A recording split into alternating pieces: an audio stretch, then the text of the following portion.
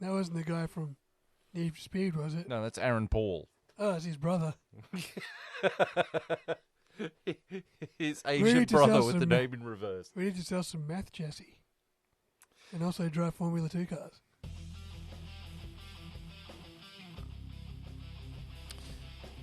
Hello out there in Internetland.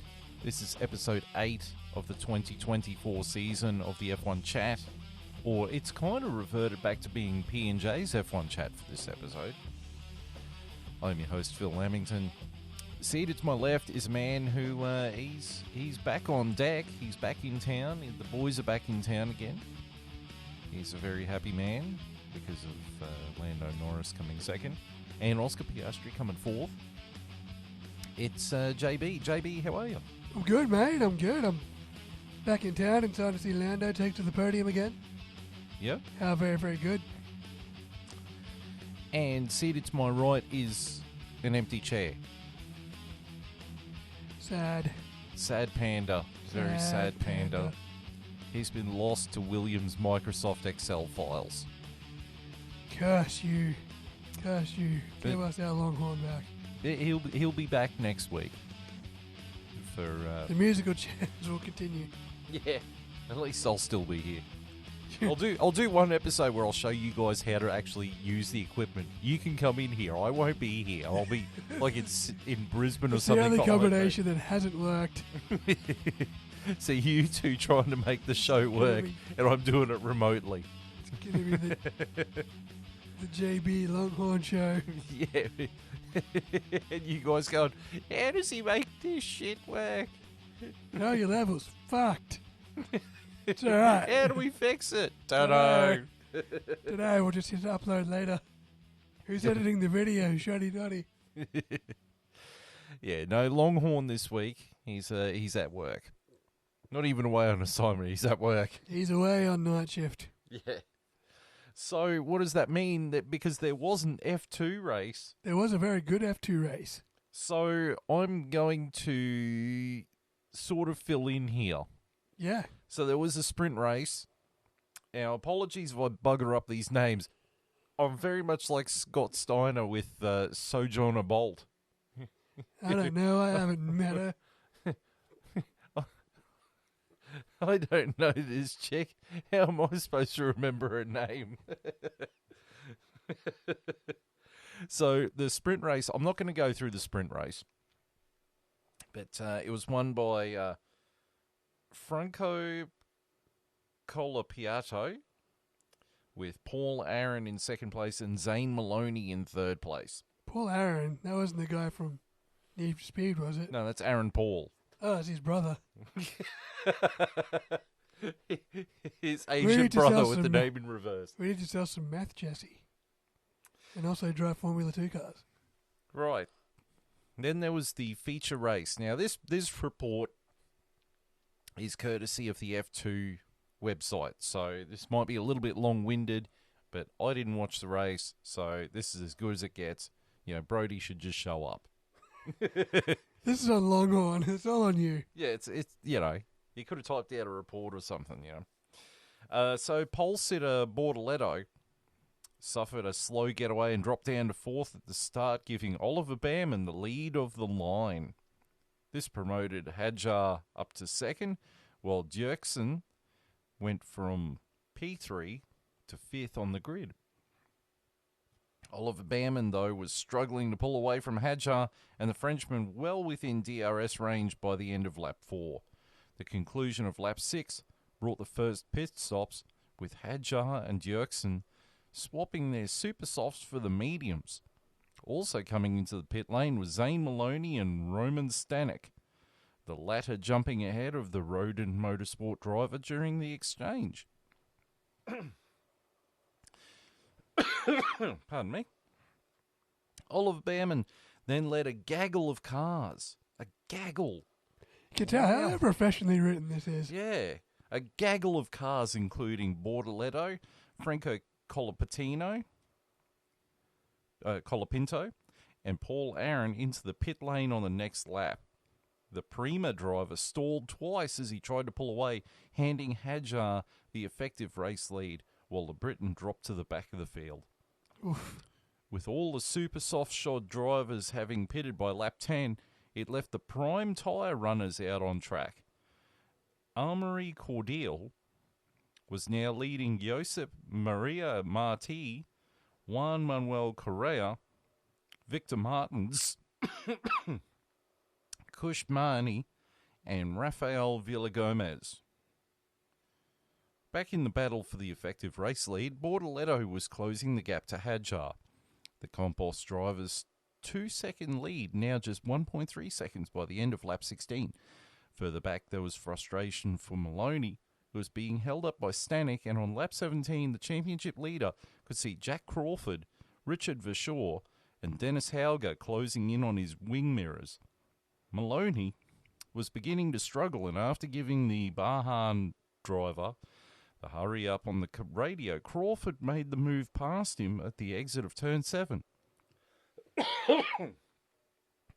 The American driver was quickly onto the back of Stanek before making his way at Tamburello on lap 25.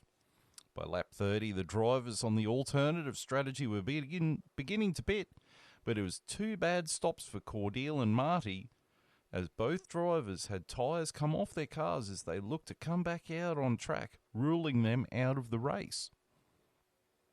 Back on track, Bortoleto had closed right up to Hadjar, but the Frenchman was proving tough in defence.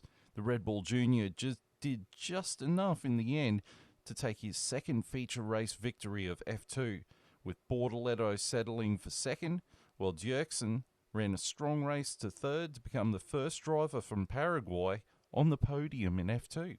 Good on him.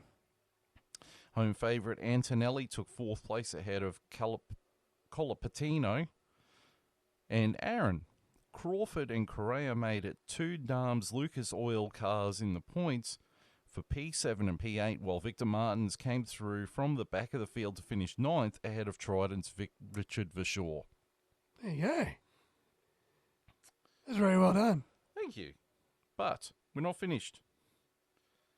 Because if I can ever get the app to tell me what I need to know, which it won't, so looks like we're not getting who's leading the championship. We don't know who's winning the championship. The app won't tell us. Doesn't matter. This is called the F1 chat, not the F2 chat. That's right. Somebody is winning the F2 report, and if you want to find out who, or the F2 championship, and if you want to find out who that is, watch Formula 2. Yeah, that's right. Google it yourselves, because we can't. Yeah, I'll just read it off the app. That's all I'm paid to do. That's it. All right, so that's the F2 report. Now it's time for the F1 report. We hand it over to JB. JB, take it away. Make it sound professional. It's not going to sound professional at all, and it's not even going to be that long, because this was not the most exhilarating Grand Prix I've ever watched. No. 2024 MSC Cruisers Emilia-Romagna Grand Prix from Imola. Lap 1. Max Verstappen starts on pole position alongside Lando Norris. Lap 9. Alex Albon and Pierre Gasly have early pit stops. Alex Albon crawls out of the pit lane, his tyre not on properly.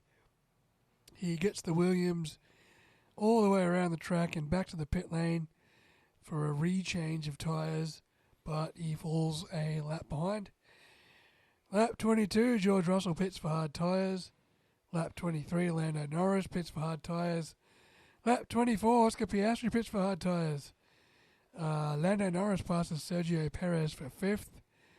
Lap 25, Max Verstappen pits for hard tyres. Oscar Piastri passes Lance Stroll for 7th. Lap 26, Charles Leclerc pits for hard tyres. Lap 27, Charles Leclerc and Oscar Piastri pass Sergio Perez. Lap 30, Carlos Sainz passes Sergio Perez for 5th. Lap 42, Sergio Perez passes Yuki Tsunoda for 8th. Lap 54, Alex Albon retires his Williams.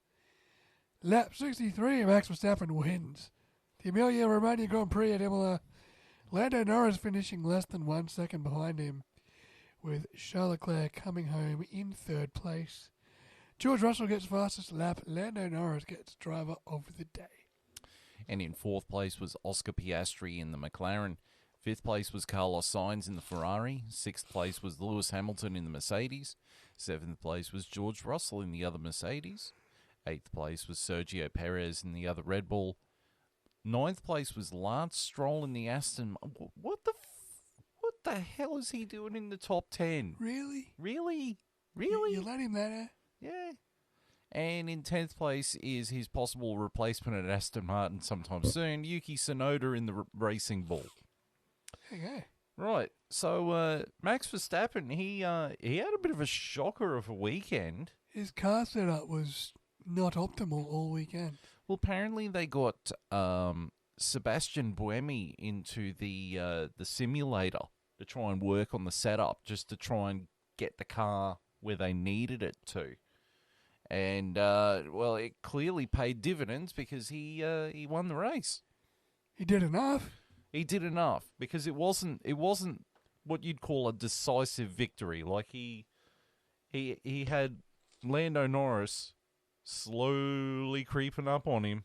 Yeah, absolutely. If that race was another 3 or 4 laps longer, it was done. We could have had a different result, but he was definitely made to work for it for once. He's not steaming off into the distance by 30 seconds anymore. It's not Lewis Hamilton from 2014 to 2021, that's for sure. No, he's definitely got to fight for it, and good on Lando for keeping him honest. Yeah. Well, speaking of Lando, I mean, he got voted driver of the day. Again. He drove an outstanding race. He very much did. He gave it everything he had in those last 5-10 laps. He was pushing it to the limit. Yeah. Push it to the limit. Limit. God, we haven't done that dance all year. This is the first, and Longhorn's not even here for it. That's all right. In his honour, we will push it to the limit. Yep. We As salute Lando you. Norris did. We salute you, Longhorn. Lando Norris, he drove a really fantastic race. That car was brilliant all weekend. Yeah. Both McLarens. Yeah. Well, we're back, baby. We're back to being the second fastest car on the grid. And the race overall, though, was kind of procedural. It was very procedural. It wasn't until like the last 20 laps where shit got real. Things started picking up. And I mean, it kicked off at the start, and then it petered off. Everyone was stuck in a DRS train, just running laps, really.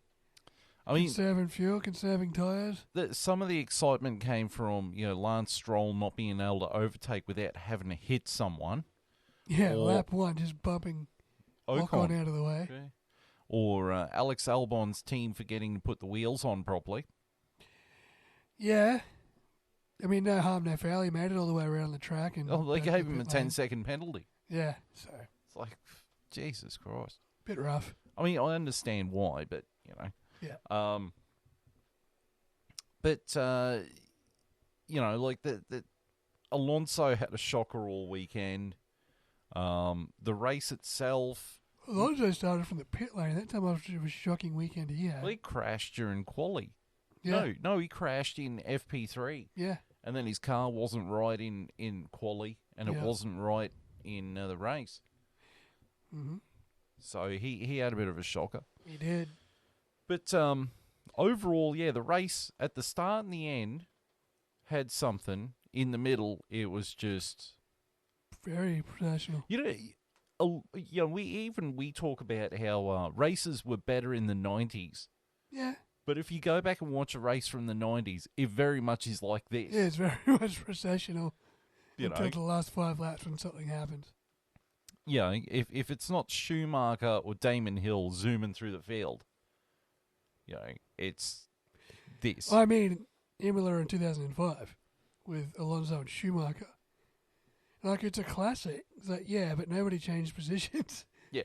It was like, was it Alonso holding off Schumacher or Schumacher holding off Alonso? It was 2006. It was Schumacher holding off Alonso. Yeah. The drama was Alonso trying to overtake Schumacher for like 20 consecutive laps. Yeah. And not being able to. And I don't know if that's drama. That's like edging.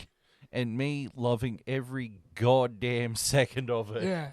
Yeah. It's like, it was a classic race of just one driver trying to overtake the other driver for 20 consecutive laps not being able to. It's like, was it classic or was it just like a 0-0 draw in soccer? Is more what it sounds like. Sounds like a big old stalemate to me. It was like watching a tennis match. You would have Really was. You would have preferred DRS maybe for that race. I would have preferred the tennis match, at least if it's women's tennis match. But yeah, still. exactly. But so my key drivers, my first key driver, as we put the photo of the two legends of the Michael and the Mika. The Michael and the Mika. Yeah, with Mika. And that was at Spa. Was that Spa? Yeah. When Mika did the overtake on the Michael while overtaking a back marker at the same time. Yes. Which is still one of the most fantastic moves ever. Absolutely is. My first key driver, he's key driver alumni at this point. It's Charles Leclerc. Like, he drove a really good race, and he was keeping Lando Norris very honest for a long time there. He was keeping Lando Norris honest till about the last 10 laps, and then Lando just kicked it into gear. Yeah. And drove off. But, yeah, did what he did. Kept the Tifosi happy. And the takeaway from this is, yes, the Red Bull won the race, but those McLarens and those Ferraris, whoa. Yeah. They're back, baby. Yeah, it's a 3-horse race now. When Knox is on the job, baby, job's done. Yeah, look, I mean, it's a bit more of a battle than it used to be. Yeah, and it's two teams from the old guard. Yep. We only need Williams back up there and Red Bull to fuck off. And if they land Adrian Newey, we'll see. Hey, well. So, yeah, Charles Leclerc drove a really good race. Yep. And, he got a podium, well-deserved podium. Would have been nice if he got the win, but, yeah, it also would have been nice if the McLaren got the win. Oh, of course. But the third fastest car on the day. Yeah. Next key driver was Oscar Piastri. Yeah. He drove really well. Good weekend, qualified fourth, finished fourth. Well, he qualified second and then got a 3-place grid penalty. penalty. He did too. He was ahead of Lando, wasn't he? So he's dropped down to fifth. Yeah. Yeah. I wonder how he would have done starting on the front row, but who knows? I guess we'll never know. But I mean, P4's good points though. Being a team player, if they'd asked him to move over and let Lando through, he would have done it. Yeah, exactly. My next key driver was Yuki Tsunoda. He fought well. He got into the points. He did. He was in the thick of it today. Yeah. He was battling Sergio Perez for a bit too. Yeah. Yeah, no, Yuki Tsunoda, he got a mention because, he drove a solid race, got some points for RB. Yep. And kept himself in the fight. Certainly did. My final key driver wasn't actually in the race. Sebastian Vettel. Yes. Like, we know he's an F1 historian, but he got to drive Senna's McLaren. I think it was the MP4-8, but it had all the Marlboro badging taken off it. Drove it round with Brazilian and Austrian flags. Every interview, he was like, they said, oh, your memory of Senna, and he'd go, and Roland Ratzenberger. Can't forget him. He led the run around the track where everyone was given a lock, and they went to the corner where Senna passed away and put the locks on there. And it was pissing down rain too, and it didn't bother him. He was just like, nah, got to do this. Yep. And he told everyone, lock your memories in your lock and hang them on the corner. So, yeah. That was cool. That was really cool. So, for me, he earned having a key driver. Absolutely. Absolutely. So then we get to the helmet drivers. Oof. Right. My first helmet driver was Sergio Perez because he was just not in it. He is sinking like the Titanic at the moment. Yeah, He had nothing. He was passed by Piastri and someone else, and then a lap later he was passed by someone else. Yeah, it was... A lap later he was passed by someone else. It was Leclerc and then Piastri.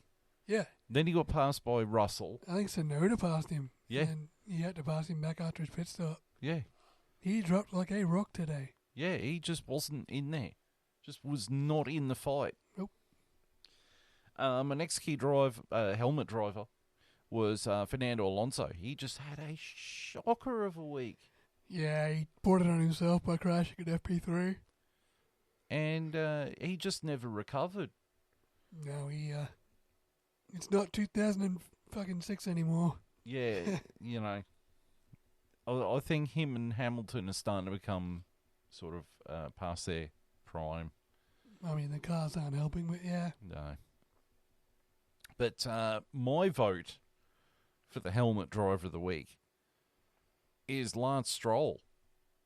Like, yeah, he got points, but, I mean, he can't do an overtake without punting someone off the track. And you know if he got in trouble, they'd just try to put it down to first lap incident. Yeah. Yeah. Well, I mean, it was just one of the most pathetic... And then he just lets Piastri and Leclerc just pass him. Oh, no, it was Norris and Leclerc. Just waved him by. He just waved him by. Like, dude, you're fighting for position. Yeah. Yeah, we're not in a battle with them. Are you battling for position? Are they taking your position? It's a battle for the position. They're taking your championship points right now? Yes. Honestly, yeah, you probably remember the quote a lot better than I do because you're a Senna fan. But if you're at the track where Senna passed away and you're pulling that shit, knowing that Senna once said, if you no longer go for a gap, you are not a race driver. Yeah, that's true. He had the gap. He had the gap, and he's just like, yeah, come on through. He gave them the gap to drive through. I mean, I know it's a tweaking of what he said, but if you're not defending a position, you're no longer a race driver. Yeah, that's it. His heart wasn't in it today. I think ninth was very flattering for him. Yeah, because he didn't deserve it. No. He just didn't deserve it. No. So who are you going for? You got Perez, Alonso, and Lance Stroll. Yeah, just on pure performance, Sergio Perez. Yeah? Yeah, that's not what you want to see. Yeah. You want to see a guy coming home in 8th, being passed every time the camera's on him, he's being overtaken by someone. Yeah. In a car that is equal to the championship and race leader. Yeah, it's just... So your fucking teammate in the same car is up there 30 seconds ahead of you winning this race, and every time the TV cameras turn to you, you're being overtaken by someone. And you haven't got a new contract with Red Bull. There's rumours going around you're going to be replaced, and you just... What are you doing to save yourself right now? Nothing. You're not. Nothing. What are you talking Might about? as well give notice and say, I'm not going to be here at the end of the year. I'm going to go drive an IndyCar. Yeah. So, yeah, I agree with you. Originally, I was going with Lance Stroll, but no, I'm going to go Perez. Right, so we're going to move on to the news. We're just speeding along tonight, aren't we? Like flying along.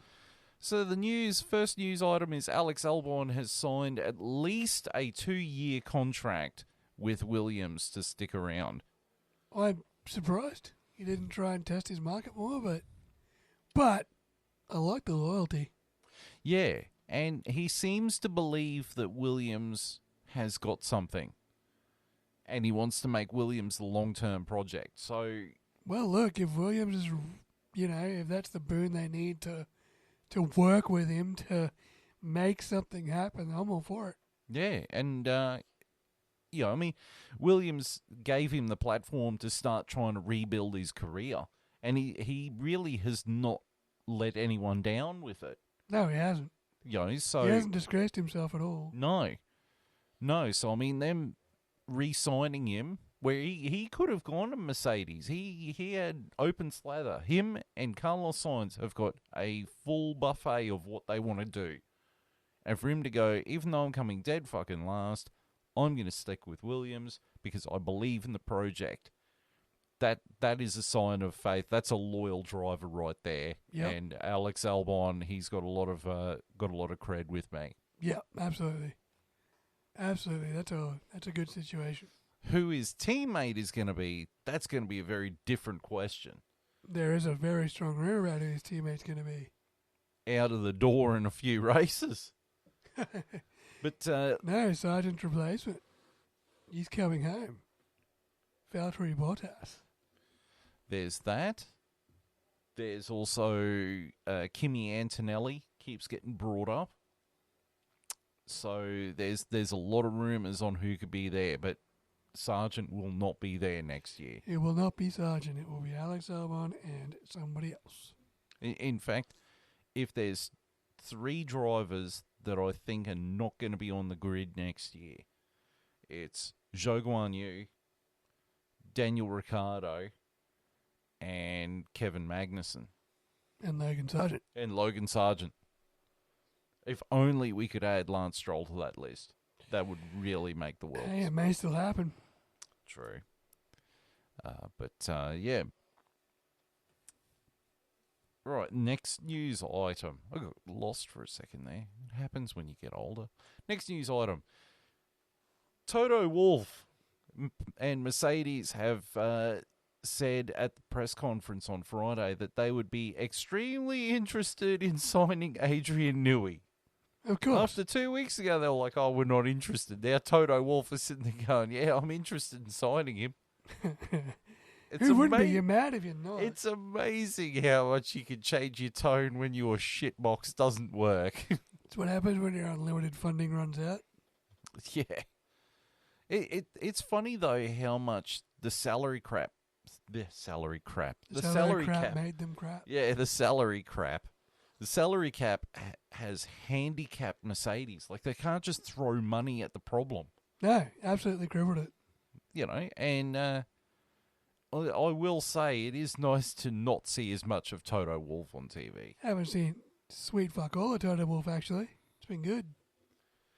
Yeah. So, That said, I haven't seen sweet fuck all of Christian Horner or the likes either. No. I think the most we've seen is Zach Brown and Fred Vasseur. Yeah, honestly. Which I've got no problem with. Yeah, exactly. You know, old Uncle Fred. Like, I love Uncle Fred. Yeah, look, you're mad if you don't want Adrian Newey. You're absolutely mad if you don't want Adrian Newey. Zach Brown was on the F1 Beyond the Grid podcast. He's like, yeah, you're mad if you don't want him, but I like what we have. Yeah. So, and Adrian will want a different approach than what we would be willing to give him at this stage. So McLaren are happy to let him go hunting, but yeah. Look, I think honestly it's down to I think it's down to Ferrari and Williams. I'd love to see him go to Williams. I would too. Like, Yeah. I mean, I'd like to see him at Ferrari, but I'd like to see him at Williams and get Williams back on track. Yeah, absolutely.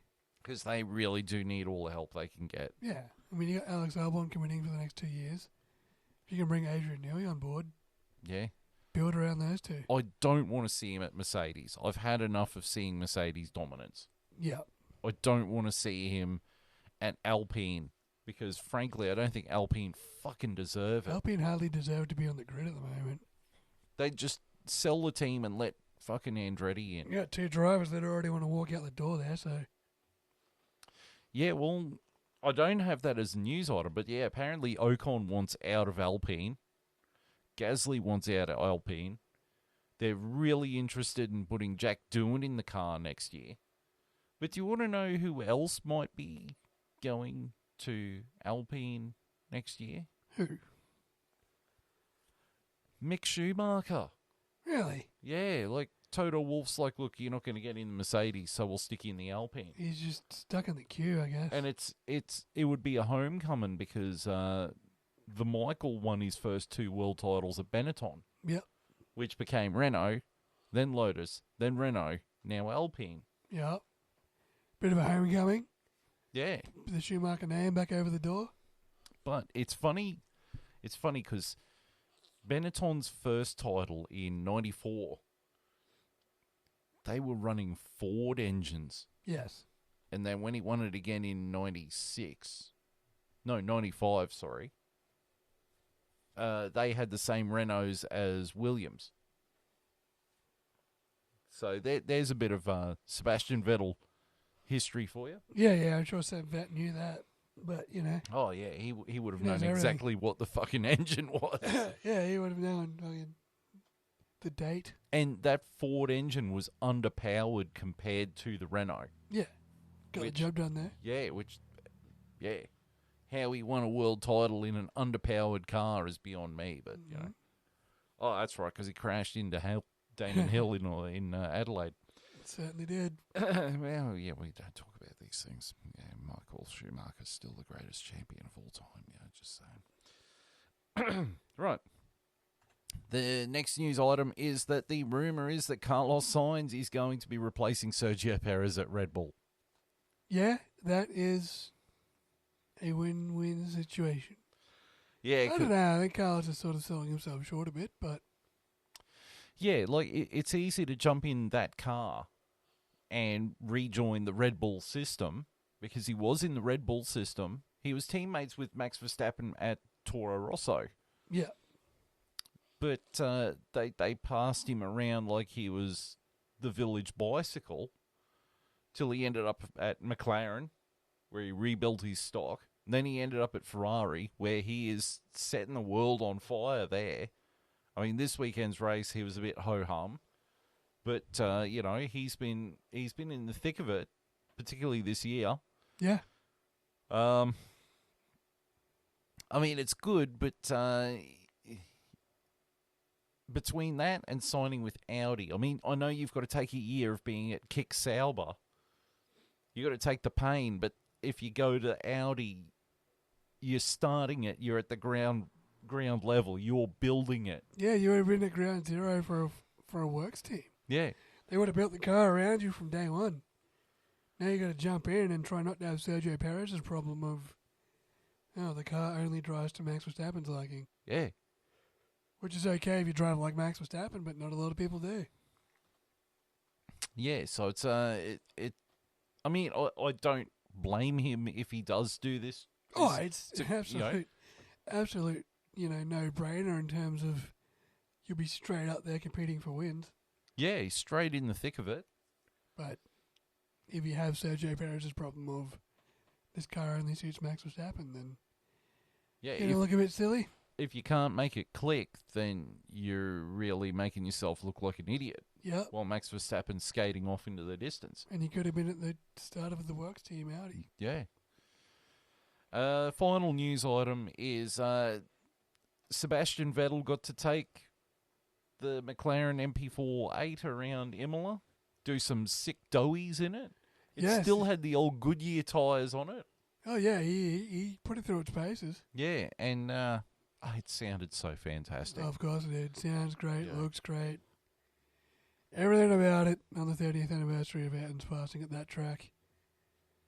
And Roland. Amazing. And Roland. And Roland. Yeah.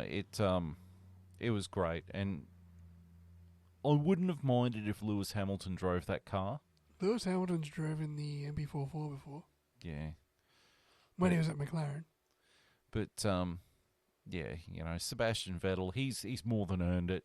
Yeah, absolutely. And if there's an F1 Hall of Fame, Vettel has earned his place in there by a country mile. 4-time world champion. I mean, I'm surprised there isn't. Yeah, well, that is a bit of a strange one. Yeah, I mean, all these guys go down in prosperity anyway, Yeah, even Lance Stroll. Well, we don't go that far. Yeah, but no, it was a really nice tribute to Senna and Roland Ratzenberger. Yep. And the fact that he drove around holding both flags. Yeah, like the Brazilian and the Austrian flags. Just the way that Senna used to do it. Yep. The only thing that would make it even cooler is if they dig out that really old McLaren and Vettel drives around Monaco. I think that would scare the crap out of him, though. That'd scare the crap out of a lot of people, I think. And not being able to drive around Monaco in one of those cars with only one hand on the steering wheel. I feel like you sort of need to do it now. Yeah. You drove around Imola and now you're going to Monaco where he owned the fucking place. Yeah. I feel like you're going to have to pull out the MP44 probably. Yeah. And give it a fat lap or two. Oh, look, I wouldn't mind if Lewis Hamilton did it. He was a massive Senna fanboy. Yeah, so I'd let Hamilton do it. I wouldn't let Alonso do it. He can fuck right off. No, it'd have to be Hamilton. Yeah. But, Or Max. Max and Ayrton drive the same. Yeah. I don't think Max I would don't think do Max it. would do it there. He didn't even wear the centre shirt in the photo. He kept his Red Bull shirt on, Yeah, which I thought was a bit arrogant, but yeah. But I mean, he's the they world pay, champion. they pay the bills. That's right. They pay his wages. I think, besides his old man, I think Michael Schumacher was a bigger influence on Max than Senna. Because apparently Jos Verstappen and Michael Schumacher were actually really good mates. Yeah, it wouldn't surprise me that Michael was. But the way Max drives reminds me of Hatton. You know what? You know who'd actually be really good to get to drive the MP4 around Monaco? I mean, if he's still up for it, Prost, Yeah? you know, Damon Hill, I mean, possibly. or Mika Hakkinen. Yeah, Mika would probably enjoy it. Yeah, you know. But Mika would probably sit there and say, no, I'm good. I don't know. I reckon he might. No, I'd like to see, if we're going to do current drivers, probably Lewis. Yeah. I'd let him have that moment. Yeah, so that's that. Right, now we move on to the driver standings. So in first place, we've got Max Verstappen on 161 points. Moving up to second place is Charles Leclerc on 113 points. Moving down to third is Sergio Perez on 107. Fourth place is Lando Norris on 101. Fifth place is Carlos Sainz on 93. Sixth place, because he's moved up to sixth now, is Oscar Piastri with 53 points.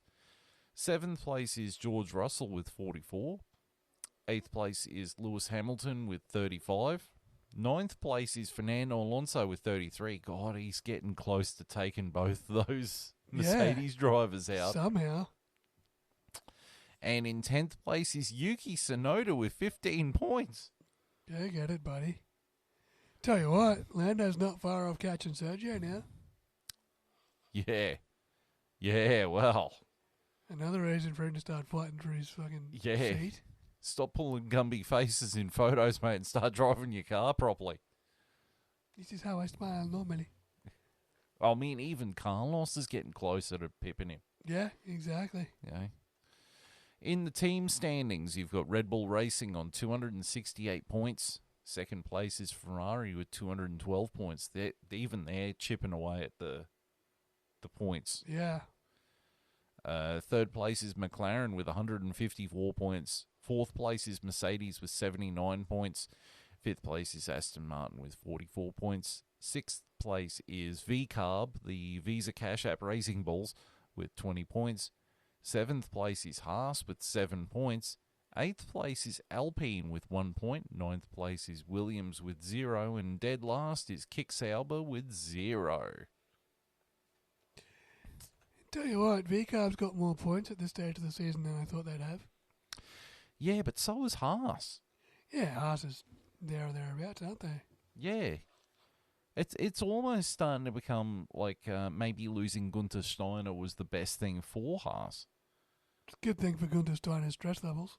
And I only found this out because we've made a mention of her a couple of times, but a famous actress named Kim Director. Yes. Very beautiful lady. I do follow her on Instagram. I'm starting to sound like the guy from Classic Album Review Channel. Talks about the Metallica Load album cover, how it's covered in ball batter. Yeah. So Kim Director, she shared a story this morning on her Instagram. Gunther Steiner has got a podcast show. Really? Coming up, yeah. Yeah, because apparently she is a Formula One fan. Very nice. Very nice. So her stock has gone up a little bit more with me. So yeah, that yeah, he's got a podcast. I can't remember what it's called, but it's the promo was it with a whole bunch of people saying fucking vankers. And then they got two guys sitting there going, fucking vankers. And then Gunther Steiner walks in and sits in the chair in between him. He's like, fucking vankers. That's good. That's good. So He's got a lot of personality. yeah, he does. He does. I just don't think he's he's a team principal. I think he's a marketing manager. Yeah, he knows how to sign sponsors and everything. I think that's the one thing they'll lose at Haas is sponsors, because not having that personality there. Yeah, he's a bit of a people person, but it's a results-driven business, and he wasn't getting results. That's right. So, how did Scotty McLaughlin go? Pole position for the Indianapolis 500 is how he went. Yeah, have they actually run that race yet? Nope. No. That is this weekend. Oh, okay. So I'll be on night shift for both Monaco and the Indy 500. Oh, well, I'll make sure I don't watch it. Go ahead and not watch it. Yeah. And the 24-hour for Le Mans too. Oh, God, they got everything on. Yeah. And AEW Double or Nothing. Well, yeah, that too. But I was talking about the Triple Crown. Yeah, I know. Right, so if you wish to watch this on YouTube, it'll be on the F1 Chat, care of Vindicator 18 channel. But we also have a dedicated channel that Longhorn is in charge of, which is the F1 Chat 1. You can interact with us on Facebook, on the F1 Chat Facebook page, called the F1 Chat. You can interact with us on X, as well as certain OnlyFans models. Certain OnlyFans models can also interact with us on X. Correct. At the F1 Chat 1, don't forget the one. Don't forget the one. We are on Rumble with the F1 Chat, and we are on the Spotify with the F1 Chat. So, that's Imola. Yeah. Straight to Monaco. Straight to Monaco, which is next weekend. So I won't be here for that podcast. Yeah, so you boys are going to have to figure that out. Yeah, it's all right. Hopefully Barry will actually show up. Talk amongst yourselves. Yeah. Because I'll be driving a big truck in a big circle. Does that mean I've got to do the F1 report? Yeah, you might have to. Oh, Jesus. I'm not going to be here at all. I'm not even going to be able to see the race. Oh, Jesus. Yeah. It's either that or we push it back to later on. We'll figure it out. If we push it back to later on, then Brody goes to work. Why can't you guys just get fucking normal jobs? Because one of us will have to change fucking crews, and I like my crew. Oh, well, yeah, Brody, you got to change your crew. Brody can come to Howe Creek. Yeah. Or I can go to South Walker, but I don't really go to South Walker. Yeah. I'd rather just stay at Howe Creek. I like it. It's nice. Well, it's not. It's nice for what a mine site can be, I guess. Doesn't worry me. I mean... No, you're the one constant. Yeah, I'm the constant, and also my company prints all your shit. Yes, they do. Yes. So, yeah. Good times. Good times. Well, look, I'm sure I'll be thinking about you while I'm lapping the wine site and now lapping Monaco. Yeah, I'm sure it won't be an interesting race at all. It'll be about as exciting as my night. It'll be a DRS train without the DRS. Yeah, they'll be as processional and in queue as I'll be as processional in the queue. All right, so yeah, we'll be Jesus. We'll be back next week with the Monaco F1 review and various other jibber jabber. In some way, shape, or form. Yep, in some way, shape, or form. But thank you for tuning in this week. There's another abbreviated episode. This one wasn't even intentional. I don't even have to get to the food court. I'm not even trying to run to the mess hall at the moment. That's not for another couple of days. You had the mess hall here. My mum made you food. Yeah, it was great. Yeah. I'll get the recipe off her to take to the mess hall so they can make some decent fucking food. Oh, yeah, you show them how it's done. Yeah. Why is he doing it wrong? Yeah, I don't know. But, yeah, thank you for tuning in. We will be back next week in some form of guise or something. At least I'll be back next week. You'll be back next week. For Monaco. But until then, thank you for tuning in. And it is goodbye.